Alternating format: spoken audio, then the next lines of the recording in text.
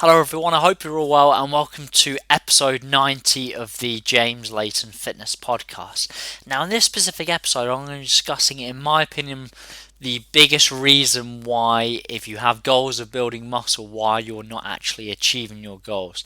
Now when I've discussed this, I'm mainly just talking about people who have less than 2 years weight training experience. The reason why is once you get beyond the 2 year weight training experience, you've already built the majority of muscle mass you're going to achieve throughout your training career.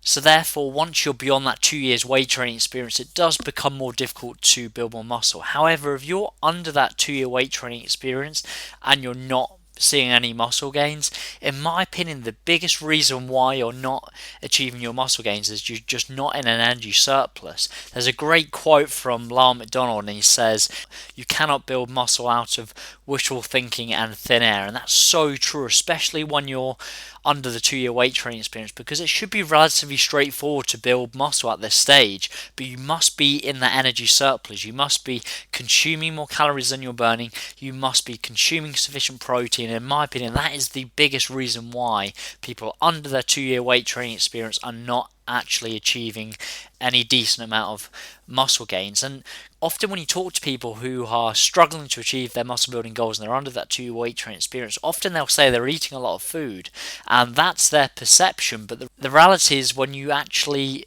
look at their food, when you actually track exactly what they're eating, they're just not eating enough. And even if they are eating a lot of food, it's almost irrelevant because they're still not eating enough for growth. And therefore, what you need to do is start tracking your food intake, start tracking your calories and macronutrients, measuring your progress. If you're not seeing the rate of weight gain you should be seeing, which I'll discuss later in this podcast, some kind of good broad recommendations depending on how much weight training experience you have. If you're not seeing those gains, you need to be increasing calories, mainly in the form of carbohydrates, to continue creating the energy surplus needed for growth.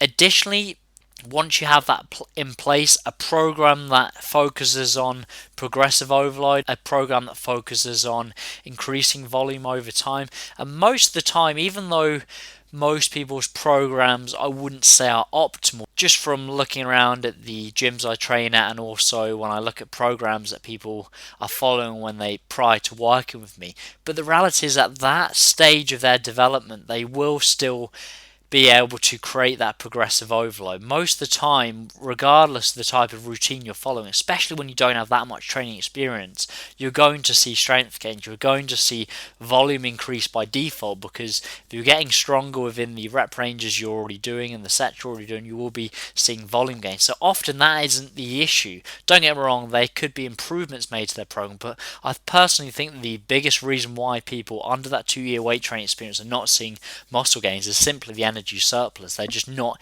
eating enough for growth.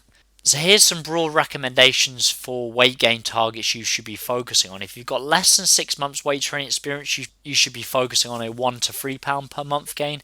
If you have between 6 months and 2 years weight training experience, should be focusing on a approximately 1 to 2 pound per month gain. Keep in mind these are broad recommendations, but ultimately, if you don't see yourself reaching that monthly weight gain target, you need to be increasing calories, mainly in the form of carbohydrates, because these will have a direct impact on gym performance, i.e. will allow you to get stronger within your training sessions. Protein will stay relatively constant, fat will increase slightly, but that is what you should be focusing on. So if you're not seeing those muscle gains, start tracking your food intake.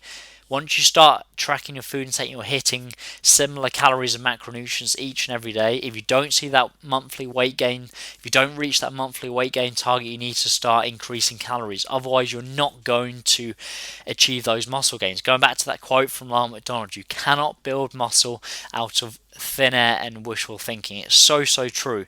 I don't want to go into detail some of the recommendations for individuals who have more than 2 years weight training experience. I've discussed that more on other podcasts, but maybe I'll have a podcast on its own. But this was just specifically for those beginners and intermediates. So hopefully that's helped. Make sure you're creating the energy surplus needed for growth, because in my opinion that's the biggest reason why you're not achieving those muscle gains if you have that level of weight training experience. So hopefully you found this useful. I look forward to speaking to you next week. If you're still yet to download my free ebook, How to Set Up a Nutrition Plan, if you go to James Layton, Layton Fitness.co.uk, you'll see a tab at the top of the page and you can download that immediately.